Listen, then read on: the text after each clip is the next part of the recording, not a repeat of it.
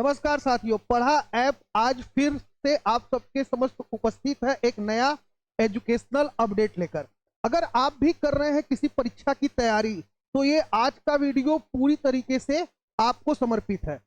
किसी भी परीक्षा की तैयारी में आप कैसे सफल हो सकते हैं, क्या होता है सही रणनीति, कैसे की जाती है संपूर्ण तैयारी और कैसे किया जाता है सारे प्रोसेस को फॉलो, उन सारी चीजों पे हम डिस्कस करेंगे। बेटा, आप जानते हैं कि हार्ड वर्क करने से अब सफलता नहीं मिलता है, बल्कि स्मार्ट वर्क उसमें इंक्लूड होता है। तो आप स्मार्ट वर्क कैसे करें, आज हम आपके समक्ष एक ऐसा न्यूज लेकर आए हैं और एक ऐसी खबर लेकर आए हैं जो सीधे कोरिलेट करता है 2024 का जो रिजल्ट अभी यूपीएससी का आया है उससे। यानी जो भी प्रतिभागी इस बार यूपीएससी में टॉप किए हैं उनका किस तरीके से तैयारी का पूरा शेड्यूल था, कैसे करते थे तैयारी और क्या थी उनकी सही रणनीति। तो हम लोग उनके तैयारी के साथ साथ अपनी परीक्षाओं की तैयारी कैसे करें, उन सारी चीजों के बारे में हम जानेंगे। देखिए, कहा जाता है ना कि आप मेहनत इतना खामोशी से करिए कि आपकी सफलता शोर मचा दे।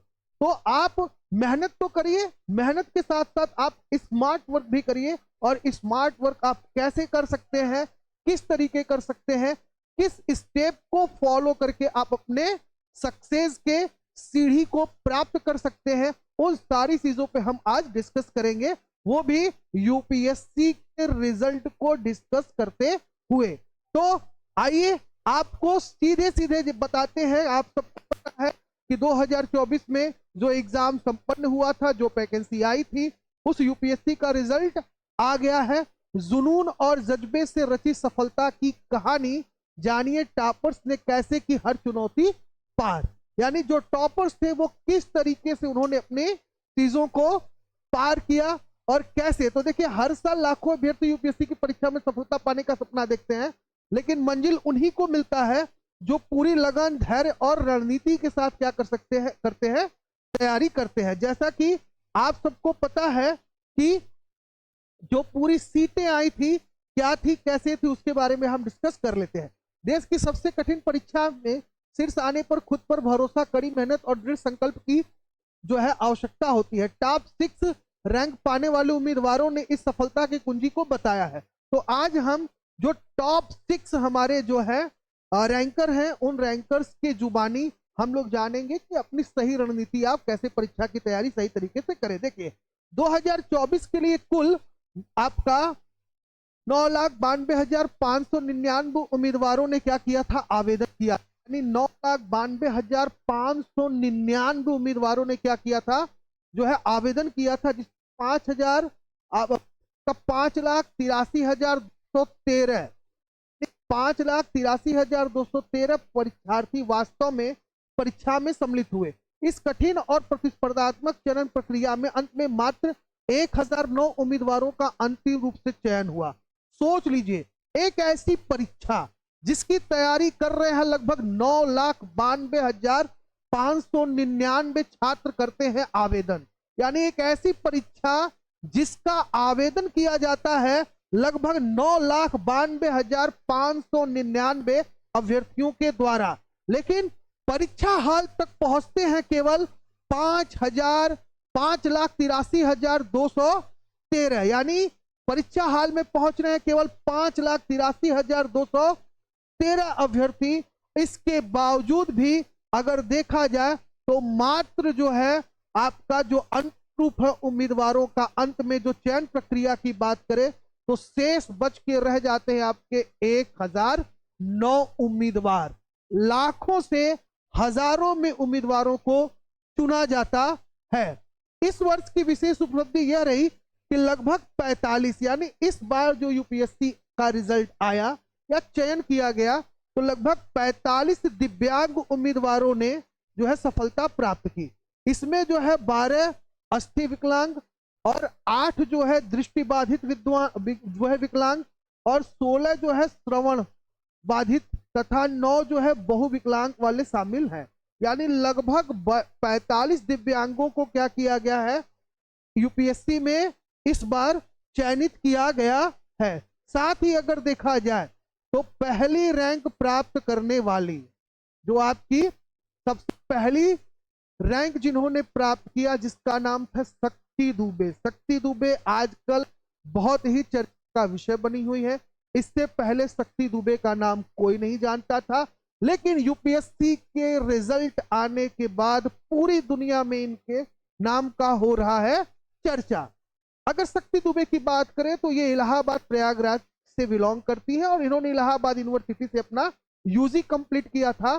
साथ ही पीजी इन्होंने अपना कंप्लीट किया था बनारस हिंदू यूनिवर्सिटी से, यानी बीएचयू से इन्होंने अपना पीजी कंप्लीट किया था। और इसके बाद ये आईएएस बनने का सपना संजोने लगी। उसी सपने को पाने के लिए इन्होंने क्या किया, यूपीएससी जैसे बड़ी परीक्षा की तैयारी आरंभ की। जब यूपीएससी की वो तैयारी कर रही थी तो उस दौरान वो खुद ये एक्सेप्ट करती हैं और कहती हैं कि शुरुआत के दिनों में हमने बहुत यूट्यूब चैनल थे, यूट्यूब पे वो बहुत ज्यादा समय बिताती थी। उन्होंने कहा कि मैं यूट्यूब पे ज्यादा से ज्यादा जो आईएएस हैं या जो रैंकर्स हैं या जो सक्सेस हुए हैं उनके इंटरव्यू को सुनती थी और उनके इंटरव्यू से मुझे काफी कुछ मोटिवेशन मिलता था। इसी तरीके से तैयारी करते हुए, मोटिवेट होते हुए कम से कम 4 बार ये हुई इस परीक्षा में असफल। यानी 4 बार जो है ये क्या हुई, यूपीएससी की परीक्षा में असफल हुई। हम कितनी बार प्रयास करते हैं, 1 बार, 2 बार, 3 बार, लेकिन इन्होंने 4 बार जो है क्या किया, असफलता का सामना किया। लेकिन 5वीं बार में इन्होंने अपनी सफलता का परचम पूरे देश में फैलाया। आज बच्चा बच्चा जो भी तैयारी या पढ़ाई के क्षेत्र से बिलोंग करता है वो शक्ति दुबे को अच्छे से जानने लगा है। तो शक्ति दुबे के बारे में और अच्छे से जानते हैं और क्या है उनका जो है स्ट्रेटजी क्या था, किस तरीके से इन्होंने तैयारी किया, उन सारे बिंदुओं पे हम बात करते हैं कि वो इंटरव्यू में क्या क्या चीजें बताई और कैसे किया जाता है तैयारी, किस तरीके से किया जाता है तैयारी, उन सारी चीजों के बारे में हम लोग डिस्कस करेंगे। तो बात करते हैं, देखिए सबसे पहले जब उनकी माँ से पूछा गया तो उनकी माँ का नाम है, शक्ति दुबे के माँ का नाम है क्या, प्रेमा देवी। प्रेमा देवी ने ये कहा कि भैया पहले जितने लोग सुन रहे हैं वीडियो को वो अच्छे से ये सुन ले। उनकी माँ ने ये कहा है कि उनकी बेटी सोशल नेटवर्क से बहुत दूर रहती थी। तो पहली बात आज क्या है, अगर आप अपनी तैयारी को सही दिशा देना चाहते हैं तो सोशल नेटवर्क पर इंगेज रहिए, बट उतना ही इंगेज रहिए जितना आपके लिए बेनिफिशियल है या जरूरी है या आपके तैयारी में जितना उसकी सहभागिता है। बहुत समय तक आप सोशल मीडिया पर इंगेज मत रहिए।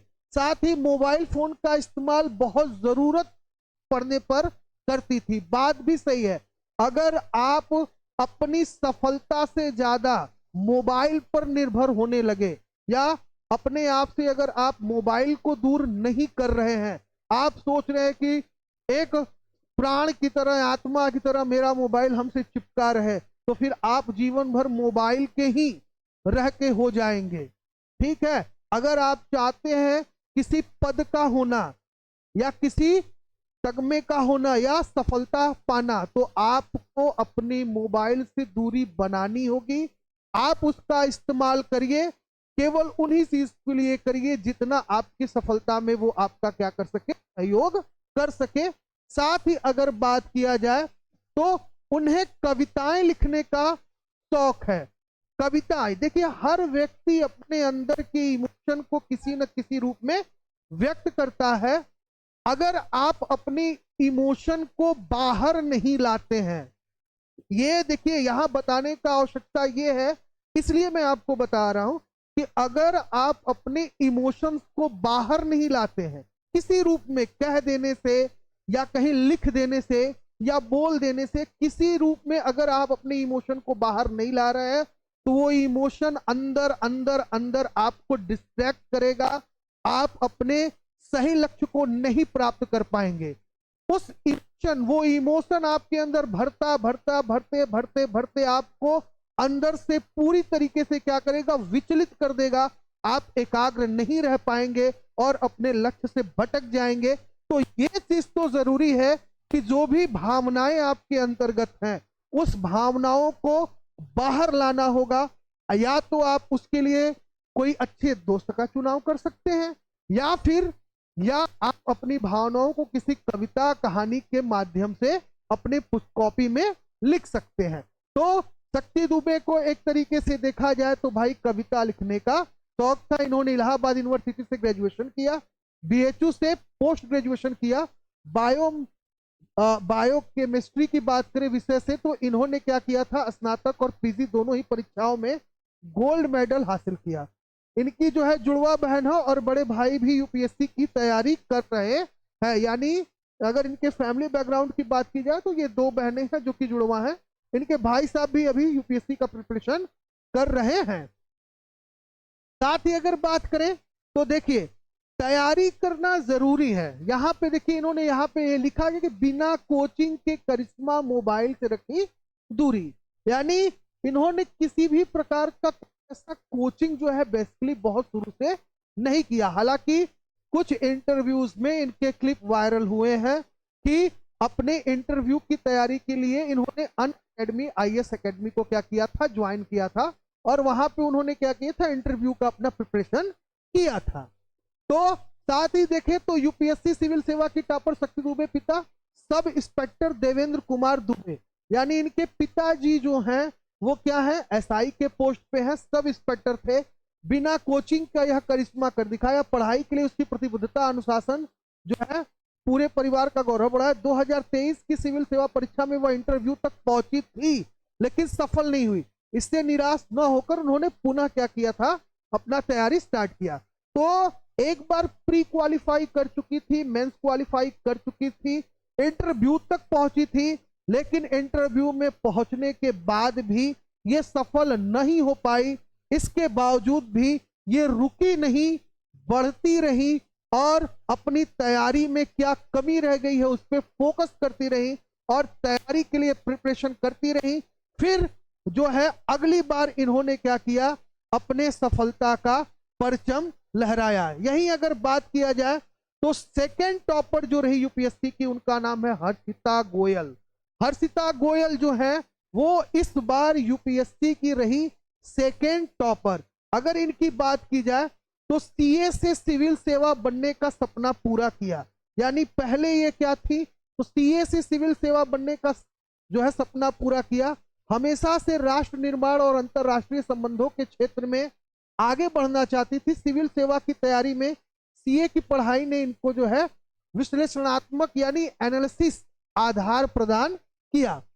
इनकी पढ़ाई की बात करें हर्षिता गोयल की, तो पढ़ाई के दौरान तनाव दूर करने के लिए समय मिलने पर पेंटिंग के शौक को जिंदा रखा। आप देखिए जितने भी सक्सेसफुल लोग हैं, अभी जितने लोग भी आप कभी भी ज्यादा से ज्यादा जितने सक्सेसफुल पर्सन होते हैं देखिएगा उनके अंदर कोई ना कोई स्किल होती है और वो सृजनशील होते हैं। देखिए हर्षिता गोयल ने क्या कहा कि भाई वो पेंटिंग की काफी शौकीन थी, अपने इमोशन को वो पेंटिंग के माध्यम से ही क्या करती थी, प्रदर्शित करती थी। शक्ति दुबे की बात करें तो कविताएं लिखती थी। मैं ये नहीं कह रहा कि आप पेंटिंग करना शुरू कर दीजिए, कविताएं करना शुरू कर दीजिए। मेरे कहने का तात्पर्य इतना है कि आपके अंदर कोई स्किल है, कोई इमोशन है, तो उसे किसी न किसी तरीके से बाहर लाना चाहिए। साथ ही साहस, जिज्ञासा और प्रतिबद्धता की दास्तां बयान करती हैं। यूपीएससी की तैयारी करने वाले से ये यही कहेंगी, भाई इंटरव्यू में कहा कि मुश्किलें राह में आएंगी पर कदम ना डगमगाएंगे। यानी इन्होंने ये कहा कि भैया मुश्किलें तो आएंगी लेकिन आपको क्या करना है, कदम डगमगाना नहीं है, अपने तैयारी को सीधे सीधे करते रहना है, रुकना नहीं है। यही अगर बात किया जाए तो सुगंध नगरी के मयंक जो है बहादुरगढ़ के आदित्य चमके, यानी मयंक और आदित्य, इनकी बात करें तो आदित्य व सुगंध नगरी कन्नौज के मयंक त्रिपाठी ने क्रमशः 9वीं और 10वीं रैंक हासिल किया। आदित्य का यह 5वां प्रयास था, जबकि मयंक पिछले साल 373वीं रैंक पाकर इनकम टैक्स के असिस्टेंट कमिश्नर पद पर प्रशिक्षण प्राप्त कर रहे हैं। यानी अगर बात किया जाए आपका मयंक का, तो मयंक जो है कि पिछली बार रैंक प्राप्त किए थे 373वीं, और वो ट्रेनिंग पर थे, यानी असिस्टेंट कमिश्नर पद पर जो है वो इनकम टैक्स के ट्रेनिंग पर थे। उसके बावजूद भी तैयारी करते हुए इन्होंने इस परीक्षा में सफलता अर्जित किया है। इसके उपरांत अगर देखा जाए तो 153वें रैंक की अगर बात करें तो नाम आता है आपका यहां पे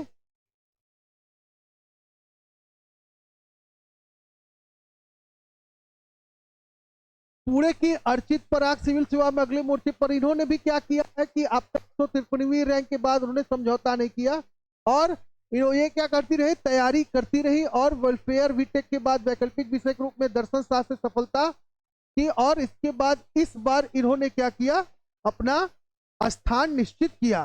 तो यूपीएससी के बहुत सारे टॉपर्स का एक तरीके से जो सही दिशा है, तो आप अगर सही तैयारी करते हैं या किसी परीक्षा की तैयारी करते हैं तो सबसे पहले तो बेटा आपके गोल यानी लक्ष्य का होना अनिवार्य है। पहले आपको अपना लक्ष्य निर्धारित करना होगा, क्योंकि जब तक आप ये निर्धारित नहीं करेंगे कि आपको जाना कहां है, तब तक आप यूं ही भटकते रहेंगे। आप ग्रुप डी से लेके ग्रुप ए तक के फॉर्म भरते रहेंगे। तो पहले तो ये निर्धारित कर लीजिए कि आपको किस फील्ड में कैरियर बनाना है, किस फील्ड में आपका इंटरेस्ट है, और उसके लिए आप दृढ़ संकल्प करिए। दृढ़ संकल्प के साथ साथ कड़ी मेहनत करिए, और कड़ी मेहनत के साथ साथ आप क्या करिए, सही गाइडलाइन में रहिए, और दुनिया के चकाचौंध से थोड़ा सा दूरी बनाइए। यानी आजकल जो चीजें डिस्ट्रैक्ट करने वाली हैं आपको, जो सामान्यतः युवाओं को बहुत ज्यादा डिस्ट्रैक्ट कर रहा है, जैसे एआई है, मतलब बहुत ज्यादा जो टेक्नोलॉजी है, जो तकनीक है, वो इस समय युवाओं को बहुत ज्यादा राह भटका रहा है। आजकल मैक्सिमम ऐसा एक ट्रेंड चल चुका है कि बच्चे क्लास में कम आते हैं, लाइब्रेरी में ज्यादा जाते हैं। आज ये ट्रेंड बन गया है कि बच्चे ऑनलाइन सब्सक्रिप्शन ले रहे हैं, लाइब्रेरी में 3 घंटे 4 घंटे 5 घंटे 6 घंटे 8-8 घंटे समय व्यतीत कर रहे हैं। अच्छी बात है, अगर आप सही सेंस में एक्सपेंड कर रहे हैं अपने टाइम को तो बहुत अच्छी बात है, पर केवल नॉलेज ही सक्सेस आपको नहीं दिलाता। आप ये सोचिए कि केवल ज्ञान के बूते सफल हो जाएं तो यह संभव नहीं है। ज्ञान के साथ आपके अंदर जब तक समझ विकसित नहीं होगा और जब तक आप उस समझ का प्रयोग नहीं करेंगे, तब तक आप सफल नहीं हो पाएंगे। एक कमरे में बैठकर बंद होकर यूट्यूब से सब्सक्रिप्शन लेके किताब को खोलकर पढ़ लेना, यह किसी भी व्यक्ति के लिए बहुत आसान होता है। उससे आपका नॉलेज लेवल इंक्रीज हो जाएगा, ज्ञान बढ़ जाएगा आपका। लेकिन जब तक आपके अंदर अंडरस्टैंडिंग और रिफ्लेक्टिव लेवल डेवलप नहीं होगा, आप बड़ी परीक्षाओं में सफलता अर्जित नहीं कर सकते। अगर आप बड़ी परीक्षाओं में सफलता अर्जित करना चाहते हैं, या किसी बड़े पोस्ट पर जाना चाहते हैं, या कहीं किसी बड़े पद को प्राप्त करना चाहते हैं, तो केवल आपका ज्ञान आपको सफल नहीं बनाएगा, उसके साथ आपका अंडरस्टैंडिंग और रिफ्लेक्टिव लेवल भी डेवलप होना चाहिए। आपके पूरे व्यक्तित्व का विकास कहाँ होता है, तो किसी क्लासरूम में होता है, किसी कक्षा में होता है, किसी स्कूल में होता है, टीचर्स और स्टूडेंट के कम्युनिकेशन से होता है। आप ऑनलाइन तैयारी करिए, ये आपके लिए बेस्ट है, पर ऑफलाइन भी किसी न किसी तरीके से लोगों से जुड़े रहिए। अभी आपने यूपीएससी के टॉपर शक्ति दुबे का पूरा स्टोरी सुना, इनका इंटरव्यू सुना, उन्होंने खुद ये कहा है और उनके बहुत सारे वीडियोस भी यूट्यूब पे हैं, वो देखेंगे तो अपने इंटरव्यू की तैयारी अन अकेडमी आईएएस अकेडमी से उन्होंने क्या किया था। यानी उन्हें भी क्या होना पड़ा, लोगों से रूबरू होना पड़ा, ऐसा नहीं है। और मोबाइल से तो वो दूरी बनाई ही थी, तो मोबाइल से दूरी आप बनाइए, ज्यादा से ज्यादा डिस्ट्रैक्ट करने वाली चीजों से दूर रहिए। ठीक ऐसे ही मोटिवेशनल एजुकेशनल अपडेट जानने के लिए, जॉब अलर्ट जानने के लिए, एजुकेशनल न्यूज जानने के लिए हमारे चैनल को लाइक करिए, सब्सक्राइब करिए, शेयर करिए, कमेंट करिए, ताकि हमारी संस्था आपके लिए ऐसी वीडियो लाती रहे। तब तक के लिए जय हिंद, जय भारत, स्वस्थ रहिए, मस्त रहिए।